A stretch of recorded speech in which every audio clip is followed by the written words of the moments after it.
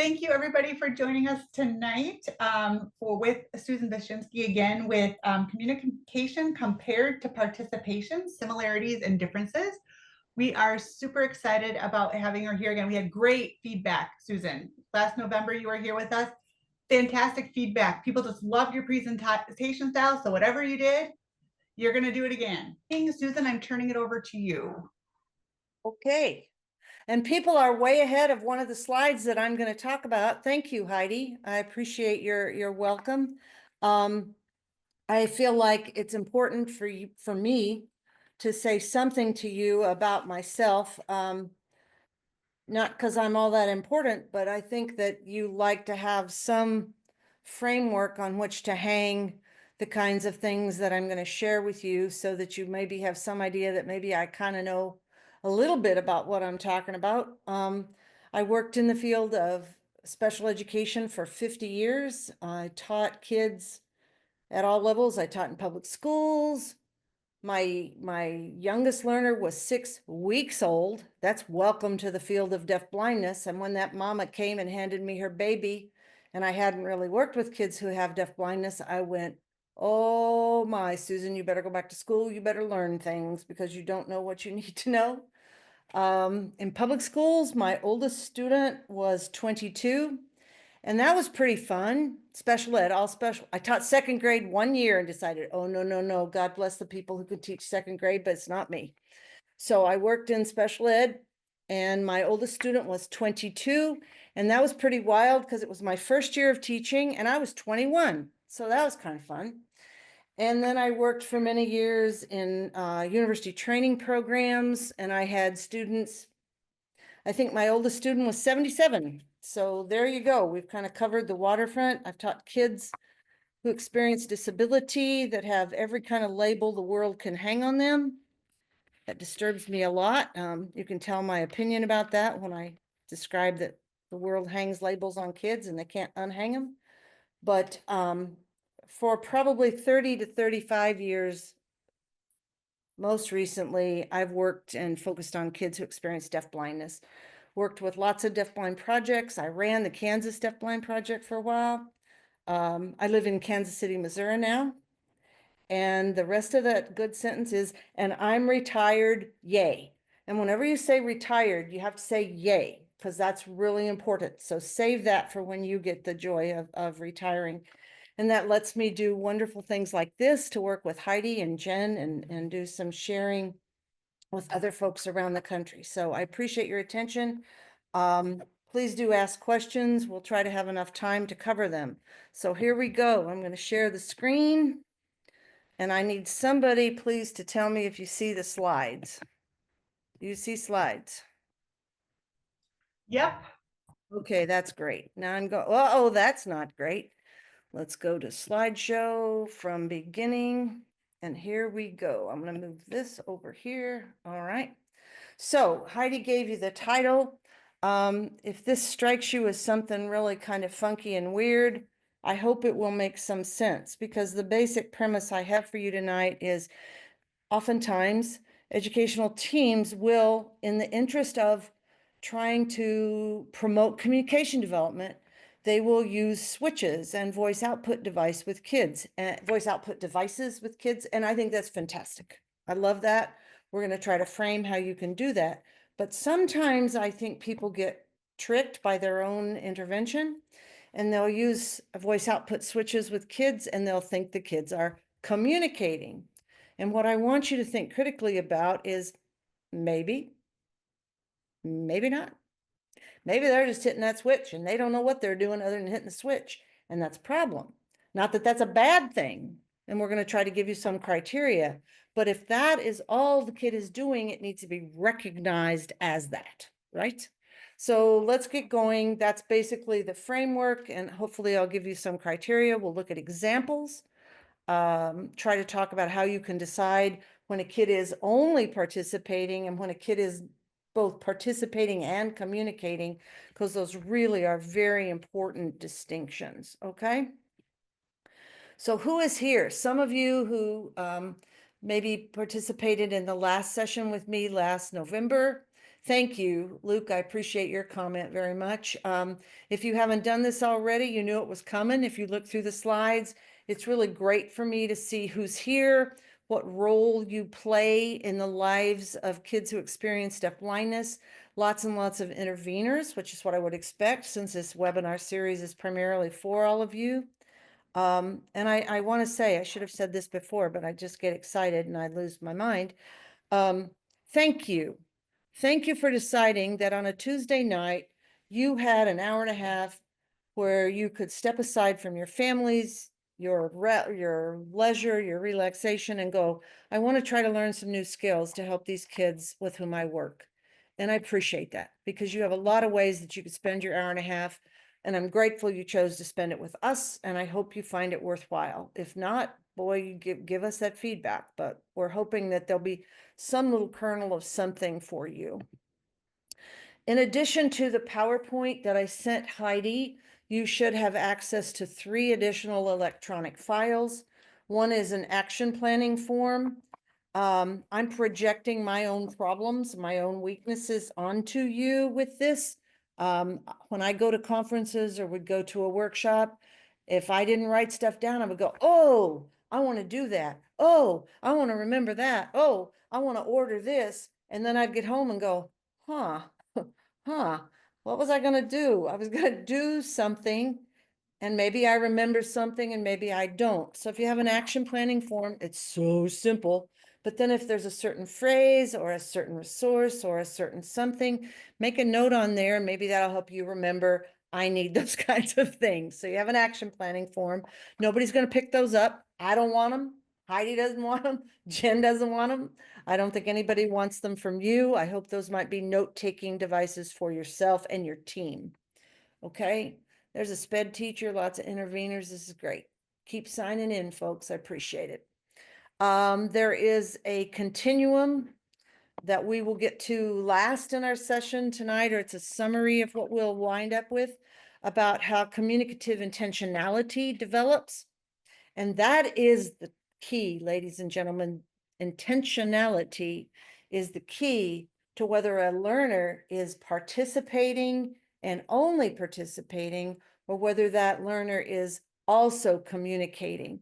And so hopefully if we look at that continuum, you will have some things you can use to judge how the kids with whom you work are performing, all right? And then I put in a duplicate copy of a form, a handout, not a form, a handout I distributed in November. I really like this. I think that it is appropriate and important to what we're talking about tonight. I will make references to a couple of these communication reminders. If you were here in November, you don't need another copy. It's the same. All right. If you didn't get or choose to participate with us in November, now you have that available, and I hope you'll take a look at that. It's a summary, in my own words, of things I've learned through the years that I think are critical to facilitating communication development with kids who experience deafblindness. Okay, here we go. Action plan. You've got the form. I hope you might make a note on there. Even if it's a note about, you know, Susan said we should do this, and I think that sucks. I never want to do that. That's okay too, because if I help you learn about something you don't want to do or something you want to avoid, to me, that's valuable information. So these notes are for yourself. So here we go. Let's do something that's a lot more exciting than talking about logistics, okay? We will talk about what are the prerequisites for communication. I think that really is important as we're trying to figure out what's going on here. What are the prereqs? We will compare and contrast participation and communication, as Heidi said. We will review quite a lot, I hope you think it's a lot, of examples of what instructional participation can look like. We will define communicative intentionality. We will examine the sequence for the development of communicative intentionality. What are the primary stages? What does communicative behavior look like at each of the stages? What do partners do? What should partners do at each of the stages? And finally, we will conclude with maybe 3 or 4 general suggestions about what I propose you and your teams might do to facilitate kids' advancement in the development of communicative intentionality skills. So when a learner does something, a learner emits behavior, demonstrates overt behavior, what is it? Is it communication? Is it participation? What is it? We need to know, right? We need to know. Yes, you do. So think about that. This is participation time, if anybody will be so bold with me. Are there prerequisites to communication? Do you think there are? And if so, if you say no, you don't need to answer the second question. But if you say yes, you believe there are some prerequisites to communication, what do you think those are? Anybody want to be brave enough to speak up or to type in the chat? Joint attention. Thank you, Holly. So Holly's saying yes, there is a prereq, joint attention.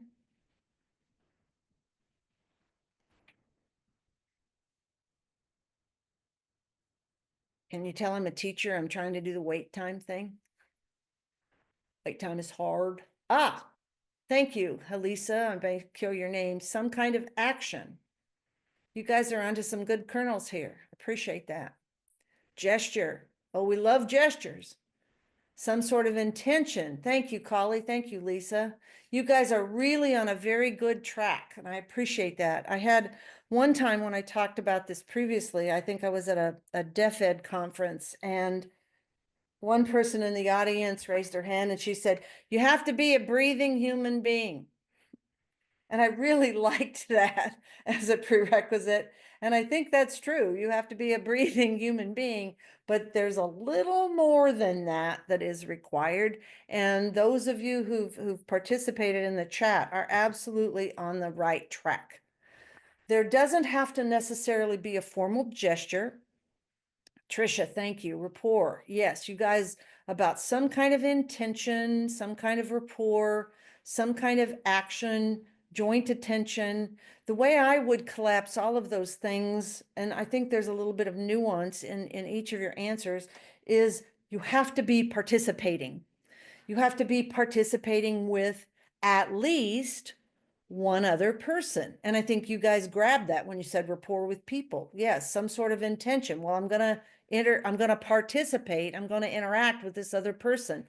Absolutely. And that can constitute joint attention as well, can't it? We're both going to pay attention to the same thing. But paying attention to the same thing isn't quite enough. And we'll try to make that clear. You got to be participating. So hang on to that thought and we will continue to develop it. This is from an older AAC book, but it's still one of my favorites. If you've done any coursework or studied or talked to your speech paths, didn't notice any speech paths tonight, about augmentative communication, Buchelman and Miranda's text is one of the gold standards in that field. And this is older now, but I still really love this quote. So I steal it, but at least I attribute it to them. Without participation, and that's participating with at least one other person, right? Okay. There's no one to talk to, nothing to talk about, and no reason to communicate. And thank you, Marcia. I see your comment about body language and whole body communication, and we're going to talk about that. Good job. I appreciate that. So sometimes if a principal, an administrator walks into your classroom to do your performance evaluation, and that person doesn't really know what came before what he or she is seeing, or doesn't really know your learners, communication, what is genuine communication and what is participation only, might look the same to that principal. It might look the same to an uninformed observer. It might look the same to a volunteer. It might look the same to a related services person that doesn't know your learner yet. Those of you who are interveners, you probably encounter a lot of people that really don't know your learners nearly as well as you do. And although you could discern what's communication and what's participation, other people that just happen in to watch may not really have the criteria and have the information to be able to judge that, which is why you guys have to be, thank you, Amy, why you guys have to be conscious and intentional with what you're doing. I want to say now, I'm not saying, and I never will say, that kids only participating, even if they're not communicating, only participating in something going on in a classroom is bad. It's not. It's excellent. Okay. And we're going to talk about how and why. But you just need to recognize it's only participation and it's not volitional, intentional communication. So we're trying to continue to pull these things apart. Okay. Because even using a simple voice output device might represent genuine communication, but it doesn't necessarily. So if somebody walks in, sees a kid hit a button, then speaks something, they'll go, oh, that kid's communicating. And I would say, maybe, maybe not. Let's talk, right? I want you to begin to ask those questions. So I have like a pre-test, no grades. You can get your CEUs even if you bomb my questions, all right? And nobody, you don't have to put your answers in the chat unless you really want to, because you want to see what other people are saying. Is requesting a favorite snack, and I'm going to show you the example, like M&Ms, using a little Mac switch, is it participation or communication? So I have a little Mac, all right, little switch. And one thing I will tell you, because it's one of my biggest complaints, if you're going to use a voice output device, make sure that you label what the message is on that device. You can see here, I hope you can see, it's a picture of M&Ms. So I know that the message on here is going to be asking for M&Ms. You ready? May I please have some M&Ms? May I please have some M&Ms? And you got to have the M&Ms on there, because otherwise, if this is blank, kid doesn't know. And I would say your team might not remember what's on that particular switch either, but one more time, I want you to judge this. Is it communication? Is it participation? Or do you not have enough information to answer that question? Okay, got 1, 2, 3, 4 A's, 1, 2, 3 C's. Now I've got somebody that's straddling the fence. Well, it's either A or C. Depends on how communication is presented to the child, how the device is presented to the child. Lots and lots of C's. Thank you for playing along with me. And what I would say to you, and more to come, you don't have enough information to answer the question. The most correct answer of these is C, because it could be communication. If this kid knows she loves M&Ms, has multiple switches on her wheelchair tray, is looking around to find the one with the M&Ms, she finds it. Now she's not going to raise it up like this. I'm raising it so you can see what I'm doing. And she gets her arm on it and goes like that. She sought it out and she's saying, that's communication.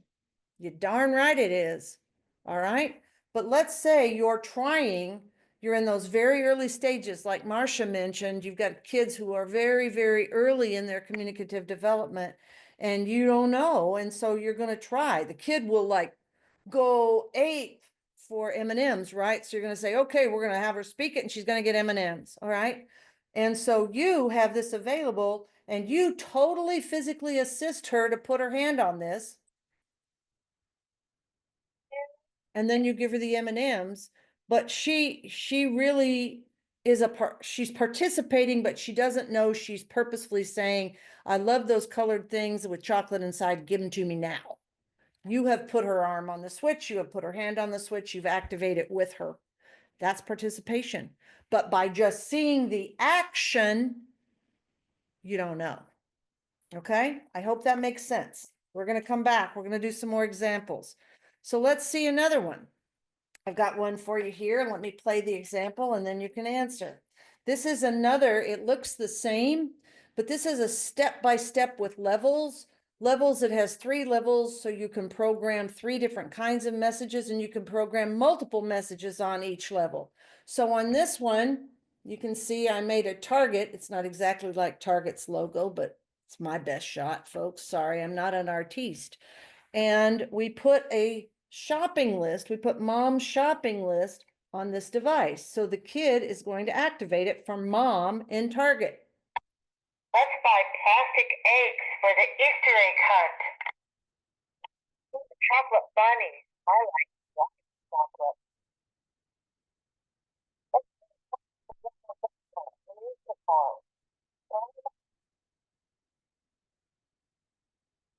Will we get the bunnies too? Easter too? I only programmed those 4, but there's more time in multiple things. Now, hopefully you can see how if people in Target see a child who's using a stroller, using a wheelchair, a young adult using a wheelchair and hitting this switch, helping mom remember what she wants to get at Target. Even if mom's got the list on her iPhone, the kid is helping, right? So is the kid who's using this step-by-step, is it communication? Is it participation, or do you not have sufficient information to answer? I got a B, I got a C, I got another C. B, B, B. I got you guys off the A, didn't I? Lots of B's, lots of B's. But 1, 2, 3 of you are holding on to C, 4 C's. All right. Oh, lots of you. Thank you for going along with me. Marcia, Tricia, Teresa, Gail, Michelle, Kim, Danny, Joan, everybody. Thank you. The most correct answer is again C. You don't have enough information. I am a lot happier with those of you who didn't say C that you're saying B, because the kid is participating. That's no doubt. The kid's participating. Even if the kid's only participating because you're taking their hand and putting it on the switch, right? You're putting the kid's hand on the switch. You're putting the kid's hand on the switch, but the kid's participating because he's at least cooperating, right? But the reason we don't have sufficient information is it might be communication. We don't know. And part of that is going to be revealed in mom's interaction with her daughter.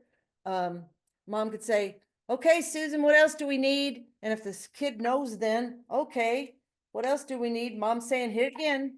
Let's buy plastic eggs for the Easter egg hunt. Or if mom's saying, can you go through the list? I don't remember, but without any signals or anything. And the kid goes, I'll help you, mom. Boom, boom, boom, boom. It could be communication. It could only be participation.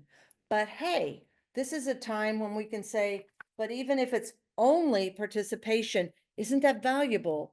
Because what is that saying to all the people in Target who see this kid with deafness and blindness and using a chair with a lot of disability, and the kid's helping mom, and the kid's doing something, I hate this word, but I don't know how else, typical. The kid's being typical. And maybe the kid's being a pill and bothering mom too, and mom just wants to buy the stuff and leave. But it sends a wonderful message that kids with disabilities can be very active and involved with their families doing shopping. And to me, that's valuable, even if the kid isn't cognitively plugged into what she's doing. All right. Let's do one more example. Is singing happy birthday at a relative's birthday party using a Big Mac switch participation or communication? So sorry, folks, you got to listen to me sing, and I can't sing, just saying. I know that. This is a Big Mac switch, one of the bigger ones. If you need a bigger landing space where to hit, and you put happy birthday, you put a cupcake, you put music, and here you go. Happy birthday to you. Happy birthday to you. Happy birthday, dear Latoya. Happy birthday to you. Okay, what you got? Communication, participation, don't have sufficient information to answer.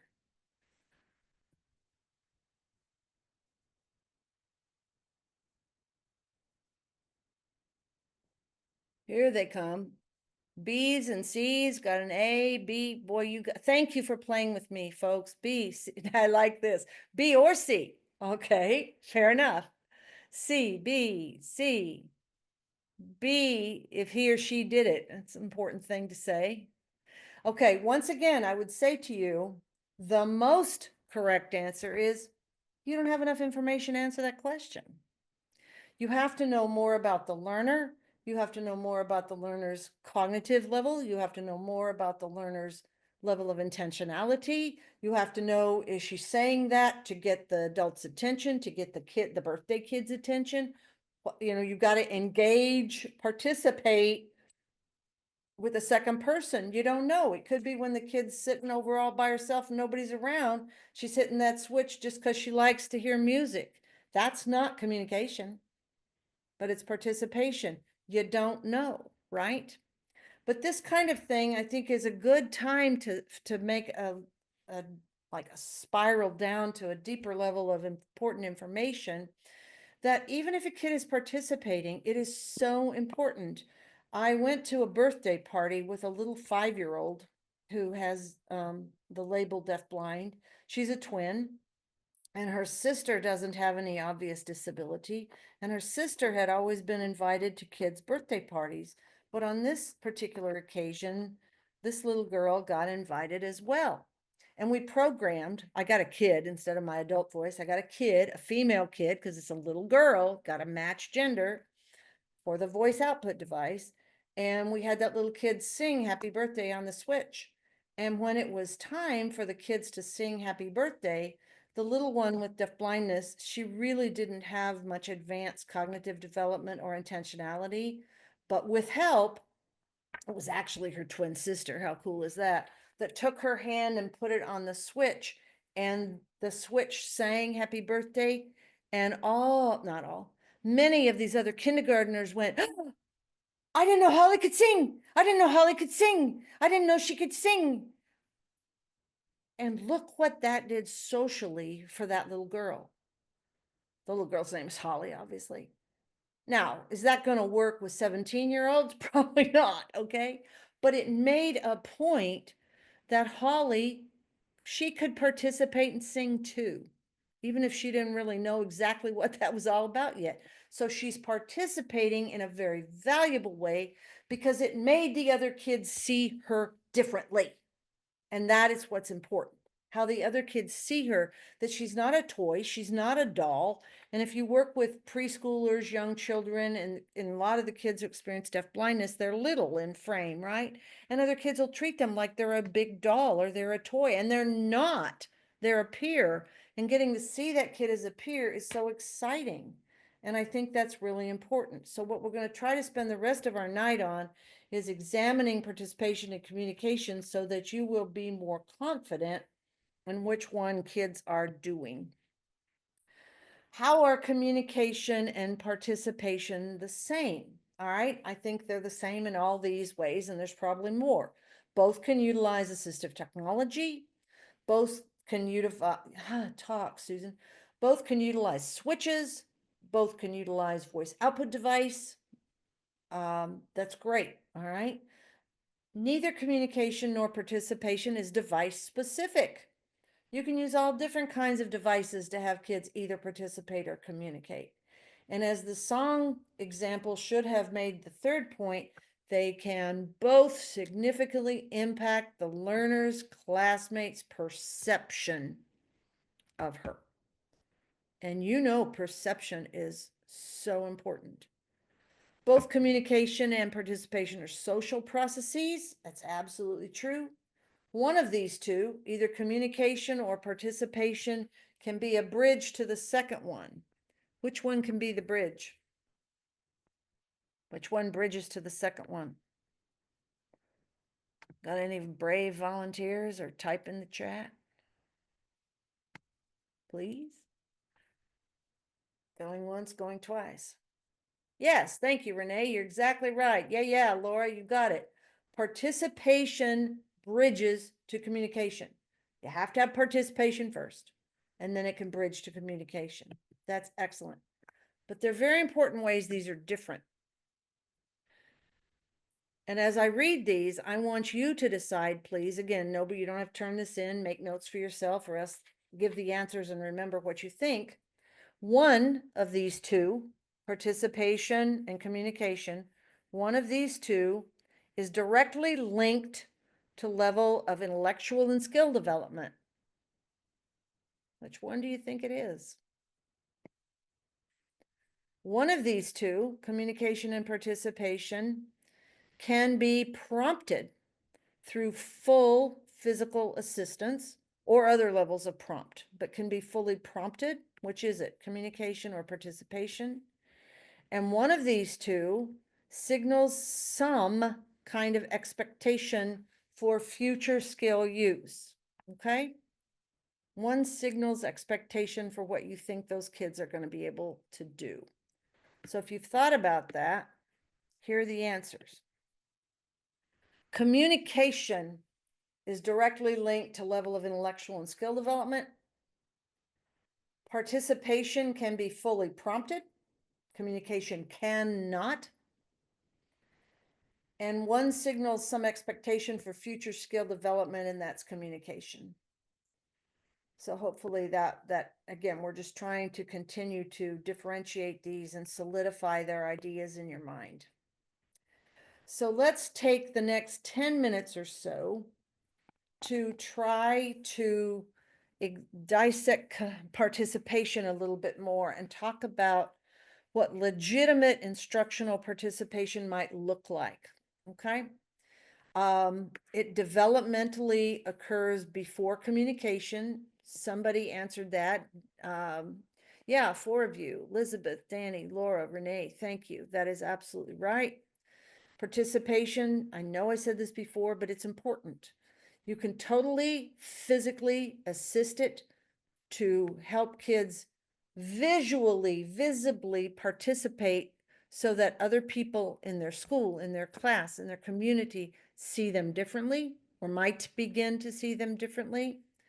And participation can possibly be scaffolded to promote communication development through repeated practice, repeated practice. It's like when we had the M&M's one out, trying to turn it off so I don't keep using it.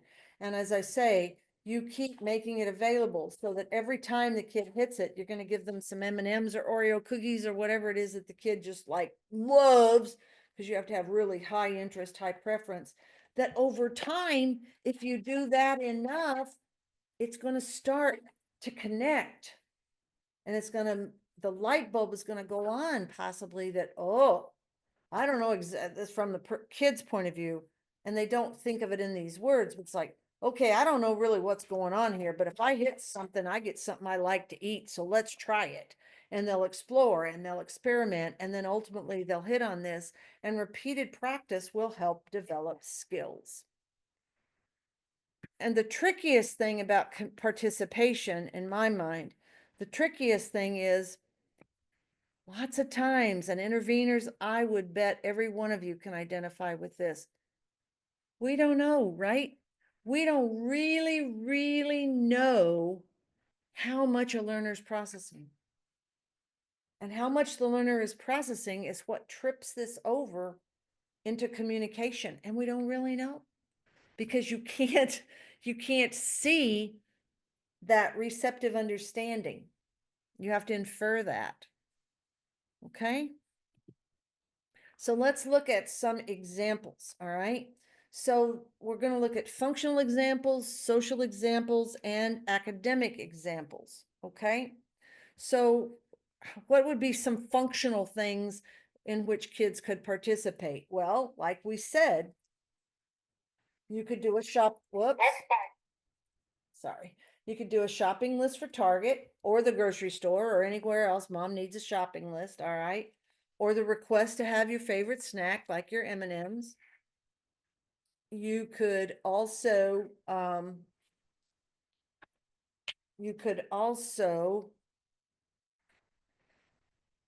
have like, wheel me over to the window, Mom, so I can watch for Dad to come home from work, or so I can watch for my brother to come home from practice, or anything like that to get involved with the family. If you need assistance, like time to take your medication, and I've tried to pull some different kinds of devices. This is a little time timer. It's called Time Cue. And I've tried, it has medication there. And you know, one thing we need to help kids self-advocate is they need their meds, when they need their meds, if they're able to tell time, get their meds, to try to have them be responsible. And even if they're only participating, starting to ask for their meds is important. I've reprogrammed this so many times and I can't make it play very loud, and I'm sorry, but hopefully you can hear it. It's time for my medication, please. And all the kid has to do is like, okay, it's time to take your meds. And look, we've got this, and you help the kid do it. And if you have to do most of the work yourself, it's participation, but it's valuable participation, right? So that's really important. So those are just some of the functional ways. There's lots of others. Hopefully these 4 can plant seeds in your mind. And most of these devices that I've chosen to share with you tonight, they're pretty inexpensive. So I know we never have money to buy what we want and what we need, but these are not pricey things. I tried to pick cheap stuff on purpose. Let's look at socialization examples. All right. Things like singing happy birthday. All right. We did that example with the Big Mac. One time, a family invited me to come over to their home for Thanksgiving dinner. And I was out of town and lived alone at the time. It's before I had my own children. And I went over there and they had a kid. I think Larry was 17. I think he was a teenager. And I got a teenage guy to program a prayer. I found out from the family what prayer they say for grace and programmed that onto a Big Mac.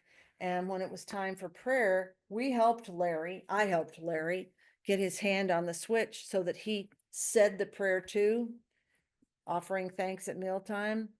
I don't think the family enjoyed much of their meal because everybody around the table was crying because Larry had never said grace before.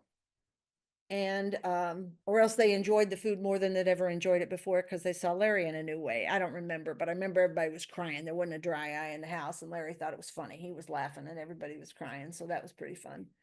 But it works, and that's participation, but impactful participation, right? You can also do things with greetings. And I'm back to the step-by-step, and on a different level. Now I have to change this because we're not doing target anymore, right? Taking target off. And now I'm doing greetings. Sorry, I have to change it up. So I put on this. It's just a smiling face. You could probably find something better for greetings, but just to say I'm going to interact with a person, I put it on a different level. And you program this. So when kids are going down the hall at school or out on the playground, it does this. Good morning. How are you? Good. Good to see you today. Hiya, friend. And you could see I just programmed a number of different greetings so that every time the kid hits this switch as he's going around the playground or up and down the aisles in the cafeteria or in the hallway or wherever they are, they're not going, hello, hello, hello, hello, hello. And if you program one thing, they're going, hello, hello. That's not how kids talk, right? And the best way in the world, and I didn't have it available for programming this, and I'm sorry about it. Listen to the other kids in the class. How do they say hello to each other? How do they say greetings? Not like this, but use their words, use their vocabulary and program it, but program different things so that when your learner with deafblindness is saying hello, they don't sound like a broken record and they sound like their peers. Well, what's up? How you doing? You all right? Whatever it is they're saying, program it in here so your kid blends in with the other kid. All right? You can also get them cat jokes. I don't know if you're cat people. You can also program another level that they could tell jokes. So the jokes aren't just silent things, and I have a picture, there it is. So we have this funny thing with an exclamation point and a joke to say this time we're now using this for jokes. This won't stay on. That is not good. All right, hold it this way. Photo level 3. Black and white and red logo. Now,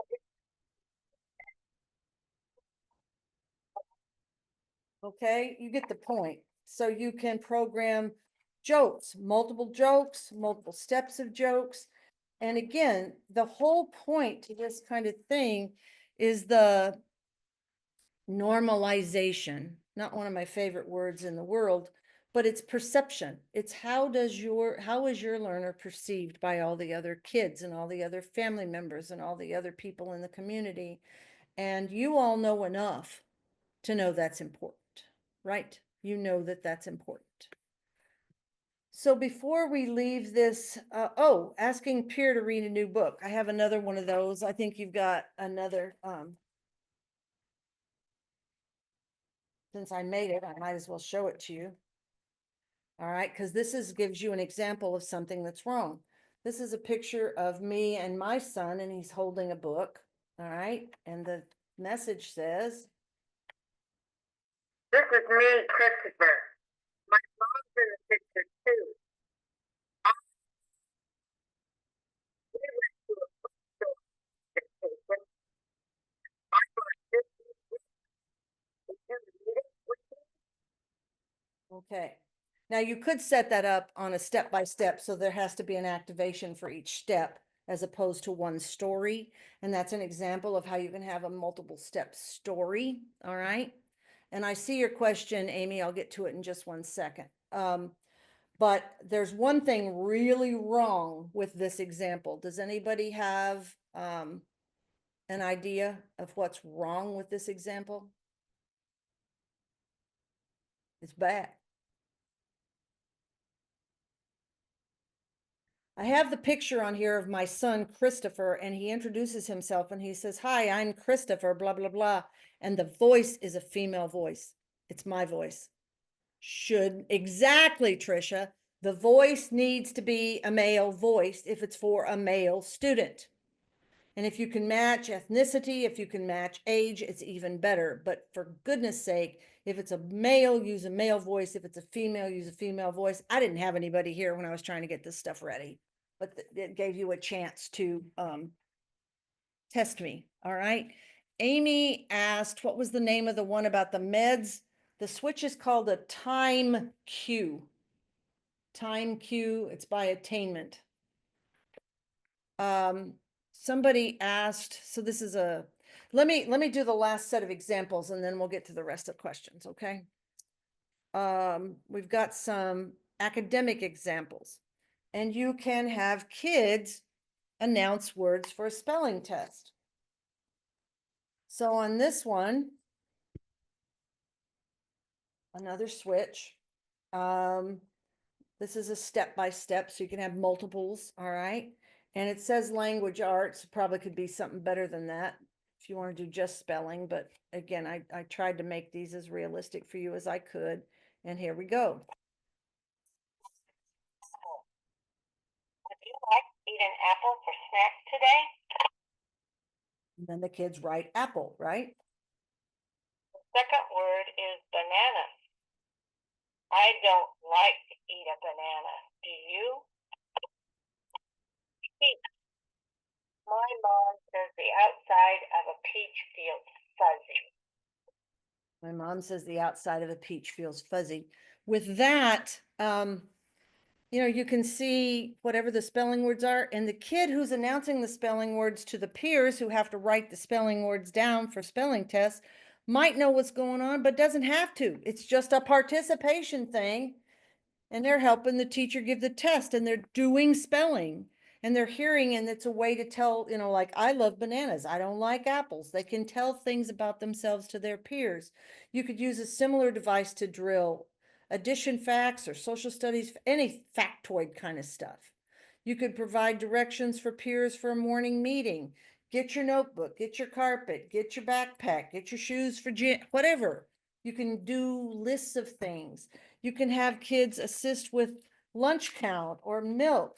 This one, and when I was programming it, I don't know, I can't get it very loud, but sometimes in elementary classes, kids will get to choose, but they have to order to choose depending on where they get their lunch. Sometimes they just pull their own milk out of a cooler, but if you have to choose, then they can choose if they want white milk or chocolate milk.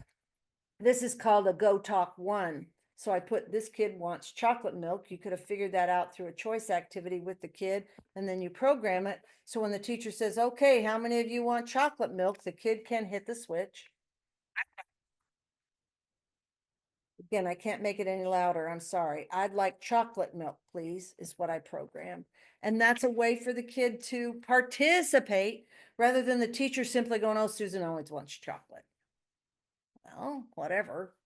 But those kinds of things are so important, and it's socialization. It's also practice with activating a message and having something happen. That things that are messages make things happen in the world. Oh, messages have power in the world. Certain messages make certain things happen and make other things stop happening. That's practice, and that's really important. Okay? I'm not saying that the use of assistive technology or augmentative communication devices just for, I say just, for the purposes of participation is bad. I'm not saying that. Hopefully through these many examples, you've seen that I think it's really, really important, right? But it's critical that your educational teams be fully aware if it's just participation, what is the team promoting? And the goal shouldn't be, oh, 3-word phrases or 6-word phrases and expressive language if the kid's just hitting switches and doesn't really know what he's saying. And I'm not trying to be mean and I'm not trying to be cruel, but we have to know what we're promoting. All right. So before we go on into intentionality, Heidi, do you want to read questions to me? Because I only see the last couple. What do we have here that we need to address before we move on? Okay, so let me go back. I'm trying to see how far back we need to go. Does it get confusing to the individuals with all the different verbal programming on the same button? Amy, that's a great question. And, you know, I think there are two precautions that have to take. One is they're not all the same. Now, if you have multi-level switches, it is one single switch, but you have to be absolutely sure because you wouldn't change these out like within 60 seconds to have the kids say these 3 different messages within 60 seconds, like I did for the purposes of showing you guys tonight. Okay. It's just a way to have 3 different messages on a switch so that when you want to promote one, like greetings, you put that on there. But when you want to promote Target with Mom, you put that on there. And it shouldn't, like I say, you don't change them out with the rapidity that I did with y'all tonight. I just was trying to show you the variety without having too many things show and tell all over my dining room table. Okay. So it's kind of laziness on my part. You also can use textures, and with if you don't think that these kids really, and they probably don't when they're at the level of participation, understand those symbols and those pictures, put textures on there. Put things that have tactile differences. Put, you can put whatever you want to try to separate them and distinguish them for the kids. And if you have multiple switches with multiple kids, maybe you want to have all the red ones will be Johnny's and all the red ones, the blue ones will be Christopher's and the yellow ones will be Susan's or whatever to try to keep you and your team straight. You have to be organized. There's no lie about that, but I think you can sort it for the kids. And the main thing is the temporal use. You're not going to use the same button for multiple things in close proximity to each other with the kids. All right.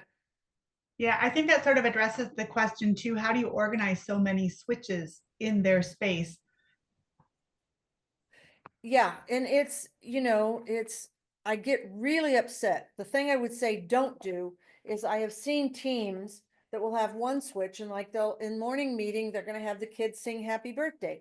And then they're going to pull all those things off, and then they're going to program it for get your shoes for PE. And they use the same switch, and then they're going to, and it's like, no, you don't reprogram this on the fly to have the kid have an opportunity to say something, especially if you're only dealing with participation because the kid doesn't understand what's going on. Okay. If the kid is really communicating and hears and understands the spoken words, that's a different story. But I don't think that's what your question is. And you organize them. I think you store them where you store that particular learner's stuff. You use them judiciously. I'm not advocating that you use, these 10 different switches with one learner to have them participate in 10 different things all during the course of a morning. It's too much. And whoever asked this question is exactly right. All the kid's going to do is get confused. But it does make the point that, hey, I hit something and something happens and it's kind of cool. I can make the world change if I hit this thing. I don't know what I'm doing, but boom, and then something shows up. That's valuable learning, even if they can't sort exactly what it is, right? Because you've got to learn communication has power. You've got to learn that signing, that speaking, that grunting, that moving, that closing your eyes when somebody's trying to sign to you, it has power. That's where communication starts, is realizing the power of those actions. Does that help, folks? Hey, Susan, this is Heidi. I hope it's okay if you don't mind that I sort of add one other point to, Yeah, please. No, help me out. Go. No, I wanted to add that it's also important, like this is a team, we just can't introduce a switch. Like it needs to be systematically and thoughtfully put together. And I would always say, make sure to include somebody who understands positioning, because Oh, yeah. switch access point is so important. Like if we put it on a kid's right side, but they don't have use of their right side, that's not a good switch access point, for example. Right. You need some place for a switch location that the kid can provide a consistent motor response intentionally. That is correct. And thank you, Holly. I never mind you adding to what I'm saying at all. Okay, so for children who are deafblind, do you get more willingness to participate if the switch is tactual or has a tactual mark on it that makes sense to the message? I think as a generalization, I would say yes, but I would probably say yes, but depending on what the kid's level of hearing is, if the kid gets any cues from the environment that are auditory, the auditory can be a sufficient support by itself. I think tactile, textual kinds of markers are much better for kids at the beginning stages of communication than these pictures I've used tonight. The pictures I've used tonight are much more for you as a teen, and you need to code them with something tactile for the kids. That's absolutely true. It's a good point, and I appreciate that. Thank you. And I also think, Susan, you're sort of bringing up a good point too. Voice output systems, we always need to be aware kids who are completely deaf can't monitor. Like it's a hope and a prayer that when they push the button, it's saying what they want it to say. That is absolutely true, Heidi. And I'm so grateful you brought that up, because I would still take the position, but that doesn't mean you should never use those switches with a kid who's totally deaf, right? Because even if a kid is deaf, like profoundly deaf in both bilaterally, maybe he can't hear it. So the onus is on the team. Make sure you're giving him the right daggone messages, right? Other people can hear what he says. It's just like one of my biggest things. And if you hang around me too long, you'll know that I'm a big fan of teaching gestures, communicative gestures to kids with deafblindness. And I've gotten into some pretty heated arguments with people going, why are you teaching gestures to a kid who can't see the gestures?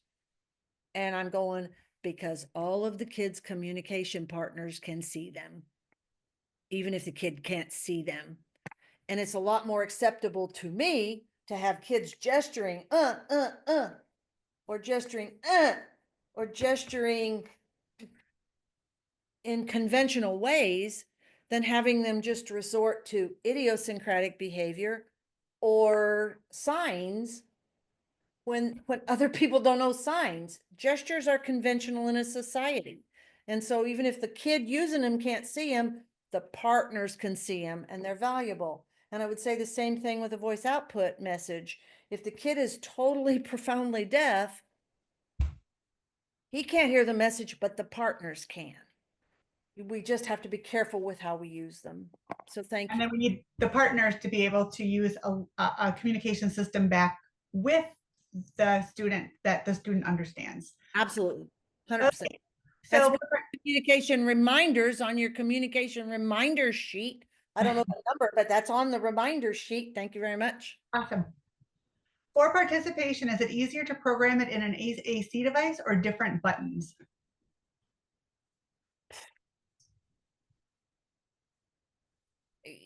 I don't think it matters.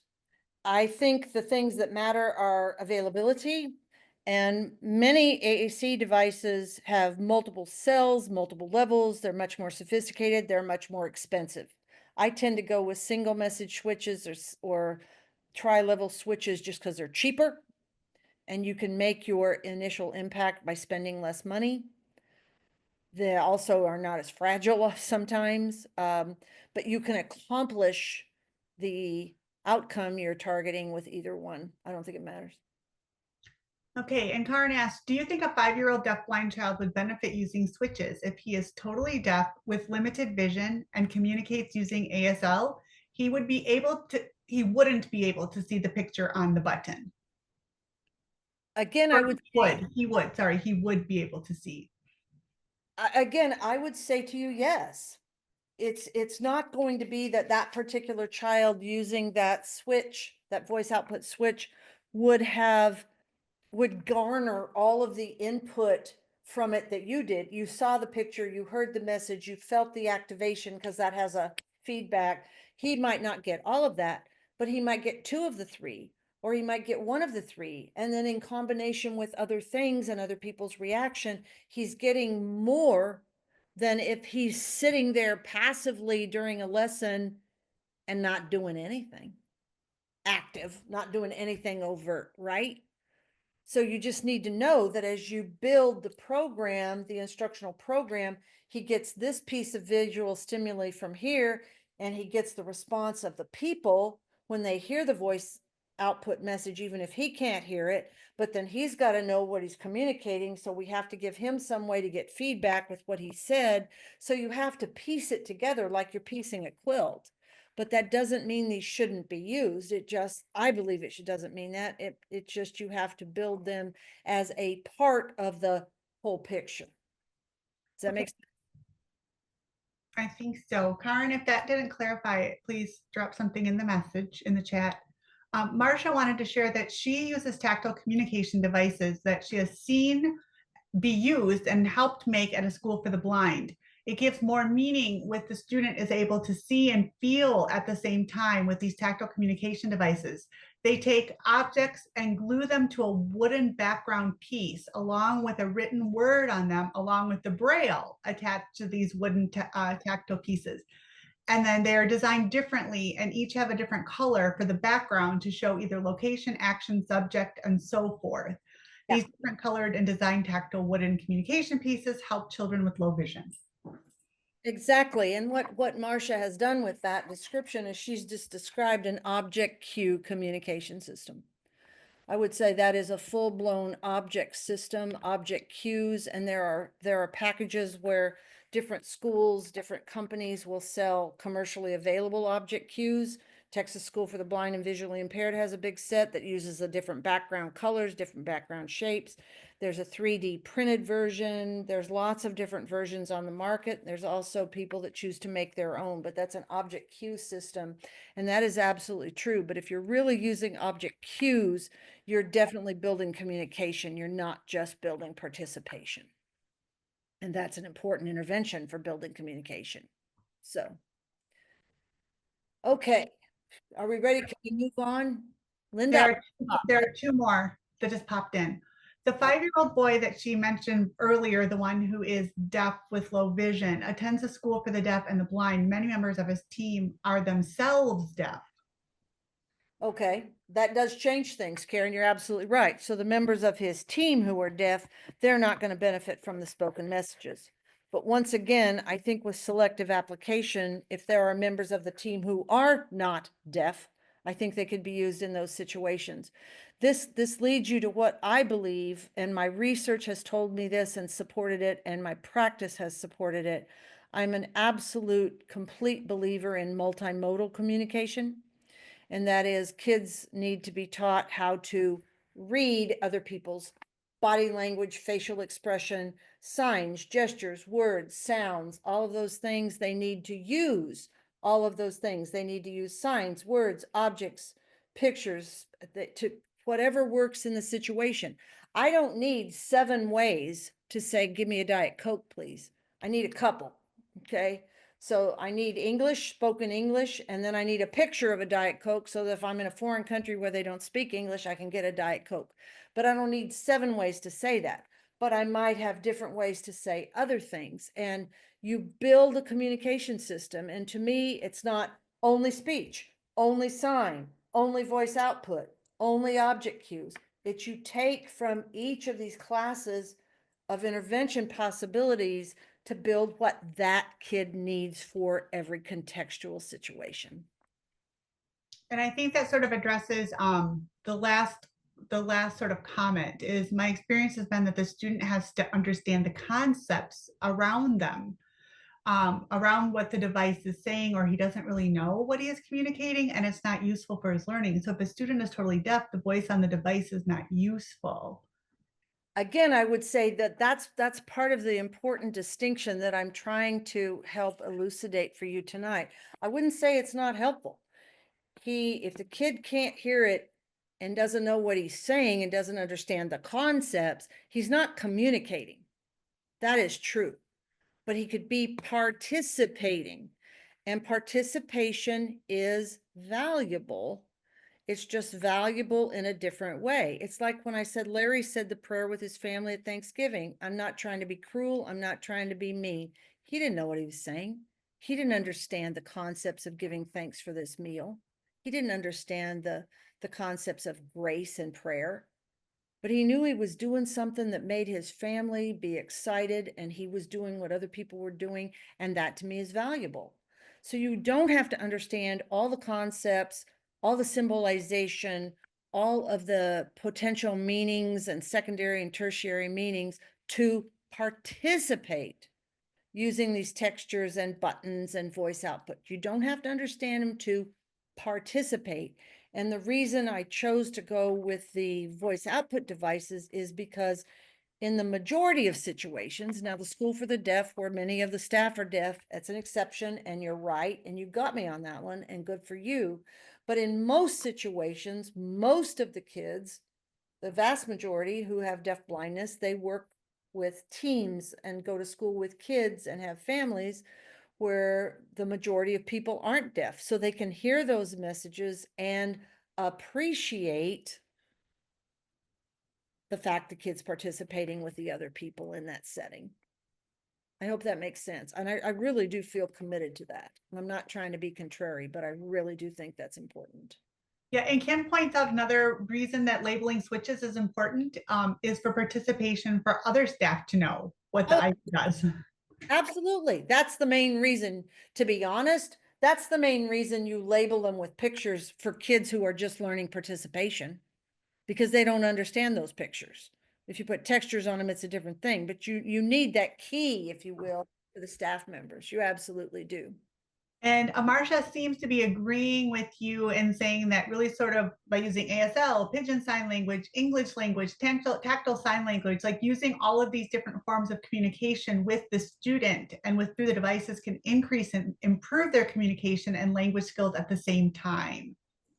I'll tell you what, Heidi, and I don't mean to be nasty, but we don't have a whole lot of time left, and Sure, that was the last one. but I was going to say, I invite Marcia, or because I see her posts are pretty long, or any of the rest of you, if you want to continue this discussion with me privately, the last slide has my email on it. I'm happy to do that. I think we need to get back to this intentionality thing if we're going to get through it at all, because I've only got 23 minutes, and that's not enough time. Is that okay? We're gonna Yep, move along. we gotta roll. So I want to define communicative intentionality. It is a two-part definition. Communicative intentionality is deliberate pursuit of a goal. I want this thing to happen. I want chocolate milk for lunch. I want M&Ms. I want to go sit by Christopher. I want you to leave me alone, and I want Heidi to feed me. Whatever, I want something. But it's also an awareness of the means to, pardon me, I apologize, the means to obtain the goal. I know what I want, and I know what to do to get it. It's a two-pronged criterion. Both criteria have to be met for it to be communicative intentionality. There is a difference between intentional behavior and intentional communication. Intentional behavior develops first. It's when a learner, any kid for that matter, typically developing or whatever, does something on purpose. I do this because it feels good. I pretend there's a wall behind me, okay? I'm not going to get up and move, but let's say there's a concrete block wall behind me, and I'm going to sit down and I'm going to bang my head on a wall like this because it feels good. I'm not banging it real hard. I'm banging my head because when I do, I see stars, or I feel the vibration, or I like the way it feels. I'm bored, so I like what this is doing, okay? I'm doing it on purpose. That's intentional behavior. I know what to do to soothe myself. Kids who rock sometimes, if they're rocking on purpose, it's a self-soothing thing, or whatever they do to self-soothe. They're doing it on purpose. They're choosing that behavior and they're doing it on purpose, deliberately. That's intentional behavior. It doesn't mean it's communicative intentionality. I'm just doing this thing on purpose. Let's take this example of beating my head and let's change it up. If this kid has figured out, oh, every time I beat my head like this, if I do it long enough, Susan comes over here and stops me. So the kid's going, I want Susan's attention. I want her to do something with me because I'm bored out of my mind. I'm going to go over here and bang my head, and boom, here comes Susan. That's intentional communication because it is for the purpose of impacting me, not just an object. Spinning an object, that's great. You've got to do something to have an impact on another person to have it be intentionally communicative. And that's the difference. And that's the tricky part, because remember we said on a previous slide, you can't always know what's going on inside the kid's head. So you watch, you take data, you observe, and over time you build patterns. But it's got to be this two-pronged thing, knowing what I want and how to get it to be intentionally communicative. Communication development generally follows participation. It cannot be totally prompted 100% because some of what goes on with communication is an internal processing ability which you can't control. Communication development is correlated, not caused by, but it's correlated with level of intellectual development. It's correlated with level of skill development, and you can scaffold it. You can scaffold communication to promote more future communication development, language skill expansion, and so on and so forth, okay? But the bottom line is you got to have an impact on another person. You got to hook in the other person. And sometimes it's subtle. Sometimes it's a matter of, instead of just looking at this glass, they're shoving the glass, but then they're looking at you. And then they're looking at the glass and they're looking at you. That's enough to hook you in. They hooked you in by looking at you, which either means, give me a drink of this. What do you have in the glass? Get that out of here. I want some. I mean, who knows what it means, right? But they've hooked you in by staring at the glass, staring at you, staring at the glass, staring at you. It doesn't have to be the, may I have the whatever. No, it doesn't have to be formal language. All right. Intentionality. It's tricky because most learners who experience deafblindness move more slowly through all the developmental phases, right? and they move through the developmental phase of using behaviors on purpose more slowly than kids who are typically developing. That's just part of what we expect because they have some interference with their vision, some may be profound, some interference with their hearing may be profound, and it just takes more time. Some kids will move through these phases and develop using behaviors intentionally fairly quickly, maybe by the time they're 2, okay? Some kids may not get through this stage till they're 8, but they may get through it. Some kids may not get through it till they're 10 or 12. But if you structure the environment right, and I say you, I mean your team, you structure the environment right, you can promote this development. Because another one of the reminders on that previous sheet is it's never too late. It's never too late to begin. Today does not predict tomorrow. Today affects tomorrow, but today doesn't predict tomorrow. So we just keep trying. Kids who are typically developing generally acquire communicative intentionality without direct instruction. They just learn it by being alive and watching their parents and watching their cousins and brothers and sisters and peers in preschool. They just learn. Our kids don't. We have to teach them. And for many kids with deafblindness, it's very challenging. If you look at, bump the switch, sorry. If you look at the literature, and most of you who are teachers, you don't have time to do that. And I understand that and I appreciate that. But if you go to workshops, you take classes, you'll see that different authors, Charity Rowland in the Communication Matrix, she said there's 7 levels of communication development. Okay, good. And the way the matrix presents 7, it's great, it's solid, it's wonderful. James and Lee McLean said there were 6 levels. Okay, somebody else says there's 4. Somebody else says there's 3. There's all these, because college professors have to publish things to keep their jobs. So people will say, I think there's 3, I think there's 4, I think there's 7, I think there's 12. Who knows how many there are? I'm going to talk about 3 stages because it keeps it simple. The old KISS principle, keep it simple, stupid, that's one of my favorites. And I can talk about non-intentional behavior. I can talk about a transition stage when behavior is intentional. I'm doing a behavior on purpose, but not for the purposes of communicating. And then I'm going to talk about fully intentional when the behavior is both intentional and fully communicative. And you go through concrete symbolic and abstract symbolic. And this is where you're full-blown communication. All right. So we're going to talk about those 3. It is important before we explore these 3 to realize that as you go across that continuum, that handout I provided for you, it's not like you start developing at the left and everything you do and everything you experience and everything you learn, you move down the continuum and you never go back.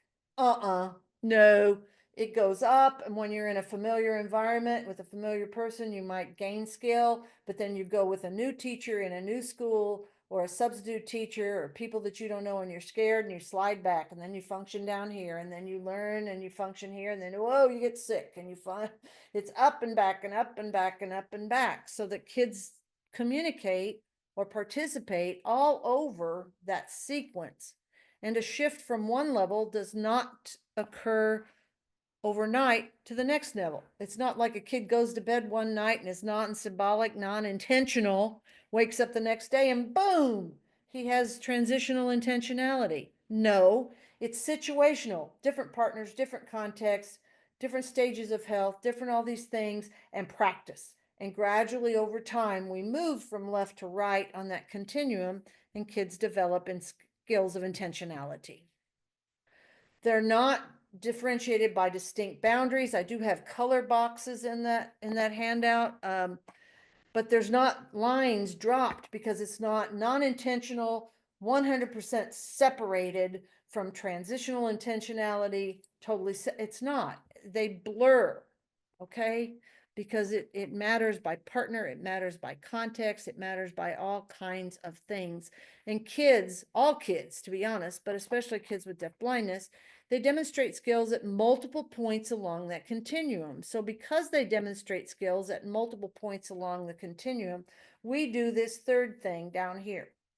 We describe a learner's level of intentionality generally by the place on the continuum where the majority of the kids' skills are. If you've got 3 or 4 things up here and 3 or 4 things down here on the ends, but you've got 20 things here in the middle, then you would describe that kid's intentionality as transitional. Okay. And so wherever there's the most, that's what you describe. And it is important to remember, and I think this, you know this, you don't need me to tell you, kids will demonstrate different skills with partners who are familiar and unfamiliar, and with familiar and unfamiliar environments. You're going to see kids perform at aces. Their best performance is going to be in familiar environments, familiar contexts, when they're comfortable. Everything in the environment tells them what's going to happen, what they're going to do, and they're with a person they're very comfortable with that they trust. Trust is invaluable. And they're going to do less well. They're going to do further toward the left on the continuum with people and places they don't know. That's what we do, right? You put me in the middle of France, I do not speak French, with a bunch of people, and I was on a tour bus, but it left without me, and I got lost, and I lost my purse, and I even lost my dictionary. I'm down here trying to be, I can't be abstract because I can't speak the language. I can't do anything, and I'm going to cry because I don't know how to be intentional and communicate with these people. We all do it, all right? So let's look a little more closely at each of these stages, and I'll show you the structure. We're not going to have time to read every one of these things together. We've got about 20 more slides and we've only got 11 more minutes, but I can show you how they're put together, and then hopefully you can check on it on your own. And then if you have questions, you can reach out to me. With each of the stages, I have made a slide and I've said, okay, the main thing the kid learns at the non-intentional stage is to realize power of communication. I begin to see, and we described that with the examples, right? I don't know what the heck is going on. And kids don't say that, but it's like they don't know what the heck is going on. But when they hit certain things or move certain ways, things happen. And maybe they like them and maybe they don't, right? But kids begin to realize things have power in the world. That's how it all starts. But the partner of that child, that young adult, has to interpret the behavior as if it were intentional. When the kid pushes something away, the partner has to interpret that, oh man, she doesn't like that. Or, oh man, that food's too hot. Or, oh brother, she's got on her shoes that are too small. Wow. Okay. I mean, it's a problem. So the partner has to give it meaning because the kids are not intentional. The partner has to give it meaning. But if partners, all the team, the family, everybody, if they will repeatedly, consistently interpret this push away as, oh man, she's through with that, she doesn't like it. Maybe it was, she's trying to grab it and she pushed it away by accident. If everybody's going to treat it, she doesn't want it.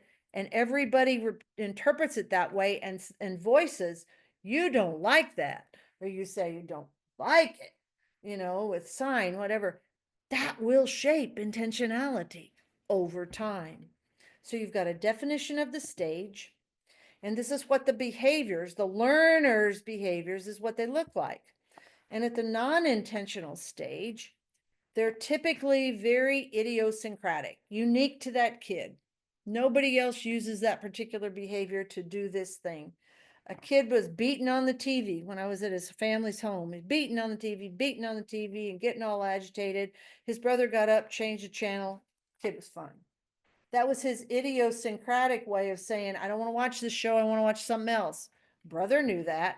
I didn't have a clue what was going on. I just thought the kid's beating on the TV. No, that's his idiosyncratic movement to say, change the darn channel for me. Things that look apparently random. Behavior state, is the kid drowsy? Is the kid dozing off? Is the kid alert? What's going on? This is typically what overt behaviors look like at the non-intentional stage. And this is what kids understand and what they do, all right? Expressively, They use their idiosyncratic behaviors. They're very much driven by context, the environment in which they're functioning. The child learns communication has power, but the partner has to interpret everything. All right. And at this level, the only thing kids generally understand from their partners, and again, this is balanced by how much hearing the kid has. I understand that. And if it's sign and manual communication, it's balanced by how much vision the kid has. We have to talk in general terms, knowing that every kid is individual, right? But the kids understand your tone of voice, the prosody in your speech and your tone, and they understand physical touch and physical contact. Okay? So it's like I'm going to tell a story, and I know we're running out of time, but I think the story is important. I talk about verbal diarrhea, and it makes me crazy. I used to do it. Hopefully, I don't do it anymore. But I used to be in the camp that I wanted to narrate for kids, and you could have signing diarrhea too, but you could, whatever.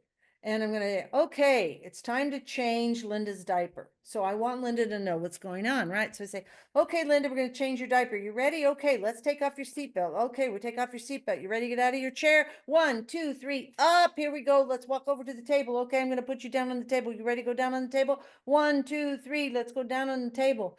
How you doing, Gina?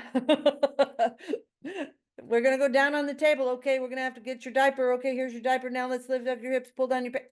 You get the point. Stop it. Just stop it. Dude, you just want to scream at me? Susan, shut up. Because the kid gets lost in all that nonsense. And at non-intentional, non-symbolic, kids don't understand those words anyway. They don't. I'm not saying don't talk, okay? Don't sign. I'm not saying that. But I'm saying use telegraphic. Change your diaper. Ready? Up. You use keywords and you use exaggerated tone. I used to tease my kid when he was little because I tried to be a good mom, but when I'm feeding him and he's throwing the white cereal all over and he's like, you won't eat and I gotta go do something. And I'm like, honey, you need to eat because if you don't eat the cereal, mama's gonna throw you off the roof. I never would do that. Okay. And he's like, oh, bye, patting me because I smiled. My face looked happy. My tone was pleasant. He didn't get the words.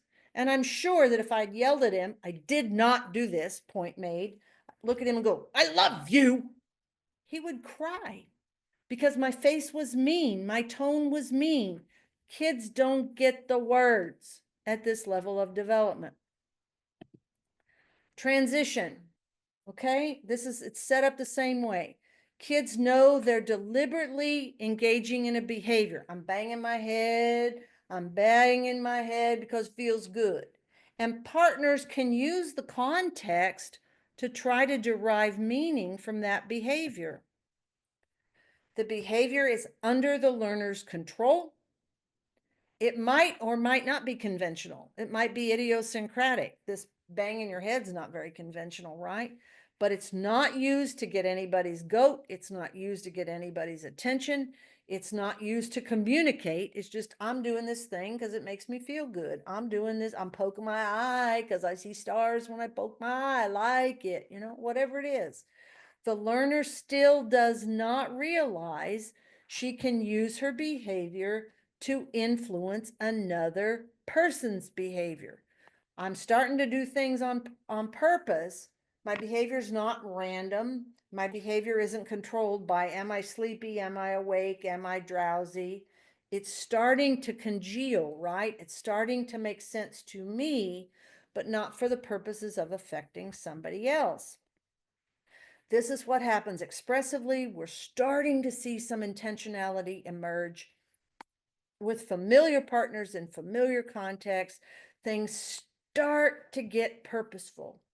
And in this context, if you always say the same thing, if mom always cues the kid the same way about taking a bath at night or getting ready for bed, or you at school always cue the same way when it's time to go get on the bus, some words or some signs and a few concepts and words and signs will start to have meaning in that context, but it's still driven by the prosody of it. Because if you change the words and keep the prosody, kids will do the same behavior because they follow their peers. All right, we did a trick like this. I was trying to show this to a teacher, and at the end of the day, the teacher said, oh, she understands everything I'm saying, because when I tell her, Linda, get your backpack and put your stuff in your desk and get your backpack and go get in line by the door to go home. And I say, okay, show me. And she did. And all the other kids do that. Linda's lagging behind by 3 seconds when she tells her that. So I said, can I do it the next day? And she said, yeah. So I said the same time after the other kids were moving. And I said, okay, Linda, you're going to have to stay after school today. So you don't need to get your stuff because mom's going to come and get you. And she smiles and gets up and gets her backpack and closes her desk and goes over and gets in line with everybody else because it was said in the same way and she was doing what the other kids do. You can't count on this without checking it out. Last stage, this is where kids really are genuine communicators, right? This is where they're really communicating. The kid has a deliberate means of pursuing a goal and a mental plan, and the kid is purposefully engaging in the behavior in order to have an impact on another person, in order to affect another person. To be deemed genuine communication, at least one other person has to be involved, even if it's only the kid staring at you when he's doing something. He's pulled you in through the eye contact, and that is enough. The behavior is fully intentional. It starts to look with like conventional gestures, conventional signs, conventional speech, all these kinds of things. This is what you know as communication. True words, communication becomes independent of context, so on and so forth. You know this stuff because this is language. All right, this is language. What you have now, I'm going to run ahead to the third slide. This tries to summarize what's going on, that as you go across this continuum from non-intentional to transitional to intentional, context is super important here, right? Context is everything. But as you move down, more intentional, more intentional, more intentional, context really diminishes, right? I could talk to you guys now about anything that isn't contextually related to communication, and you could follow me because you know what intention is and how it works. Same with partner. When you're down here, partner's everything. Partner has to interpret everything. Partner is less important as you move down the developmental sequence. The effect on the partner, we don't know. We can't count on it, but we can't see it here. But when you get intentionality, it's, oh yeah, baby, I'm doing this to impact you. All right. So there's a chart in here where I've tried to compile all this stuff from these 3 stages of non-intentional, transitional, and intentional. This is all stuff from the other slides except this row. And I almost didn't put that row in there, but if I don't talk about ages, people get crazy with me, all right? And so these are rough guesstimations of when kids who are typically developing move through these stages. But they're not biblical, they're not absolute. So you have that. And with that, Holly, I got 7:30. We almost finished here, but not quite.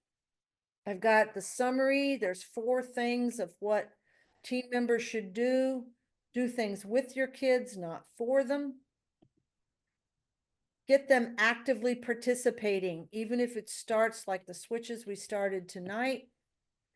Repeatedly, consistently interpret a learner's behaviors the same way because it will give them meaning. And intentionality develops along with symbolization. You have those. I know that's the summary, Susan, and you did it in 20 seconds, and that's pretty bad, right? But we're out of time because we had so many questions. This is my email. This is my phone. Feel free to contact me. If you do contact me, I would love to know that you participated in this webinar tonight so I know what your frame of reference was.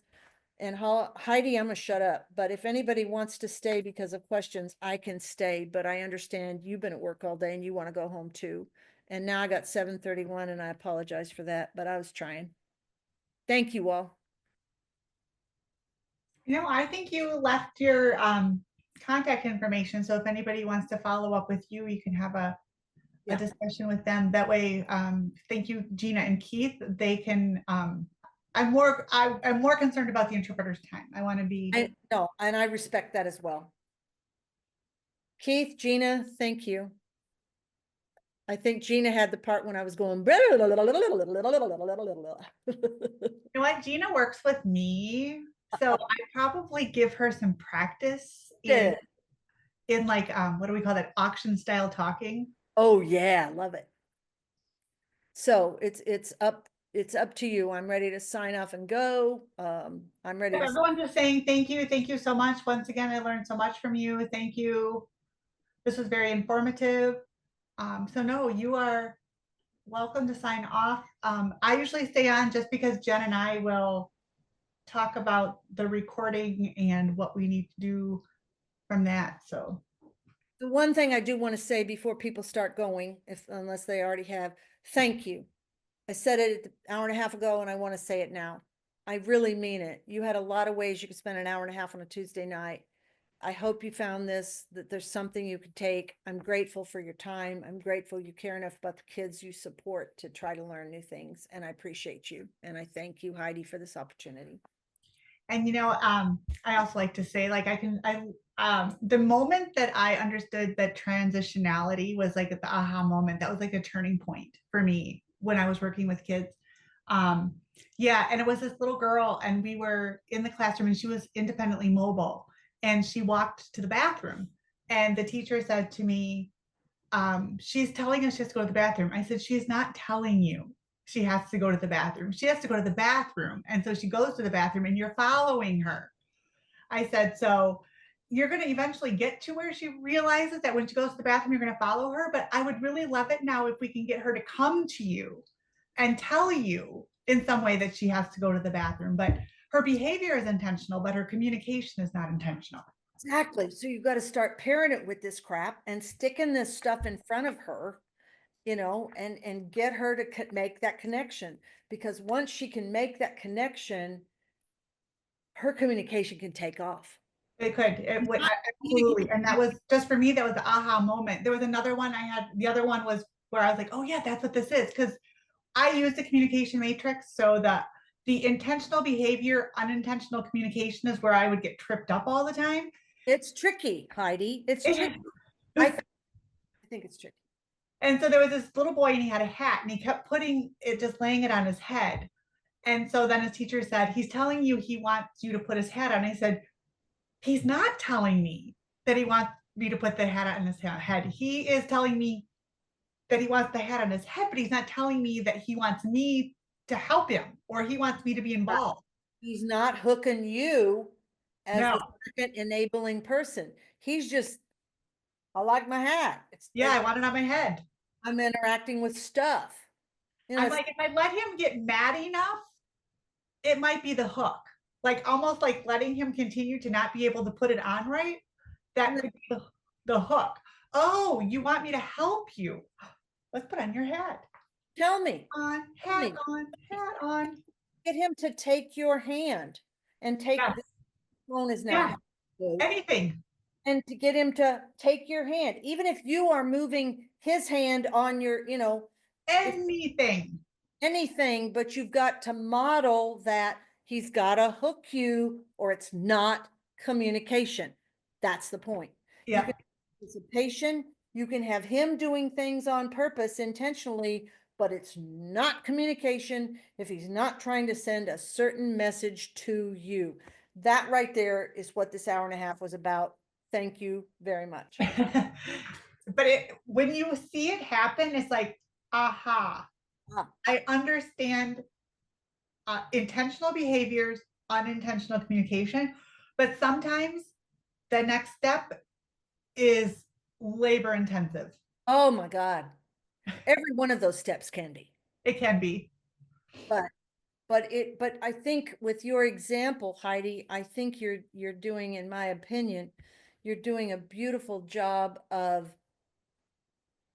illustrating to these folks how critically important it is. It's not just words. It's not just lip service. Oh, well, you could call it participation or no, it's the crux of the matter that will trip this over into It genuine, trips it. It completely trips it.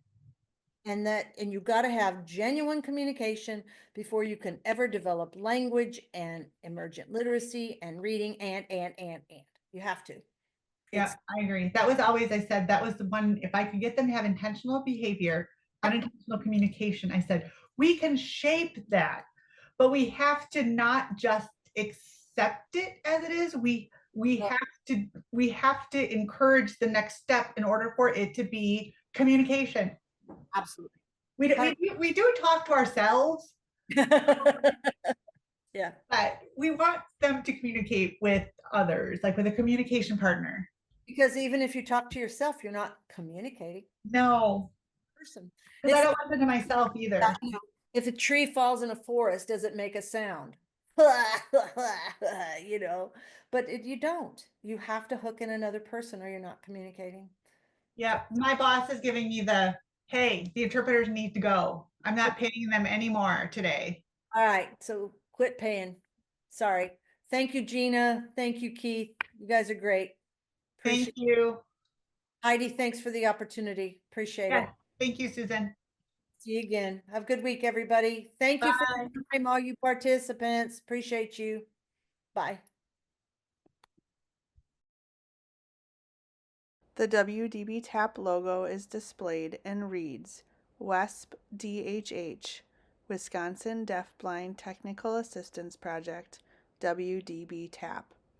The logo and disclaimer for the ideas that work is displayed and reads. The contents of this presentation were developed under a grant from the U.S. Department of Education H326T230035. However, those contents do not necessarily represent the policy of the U.S. Department of Education, and you should not assume endorsement by the federal government.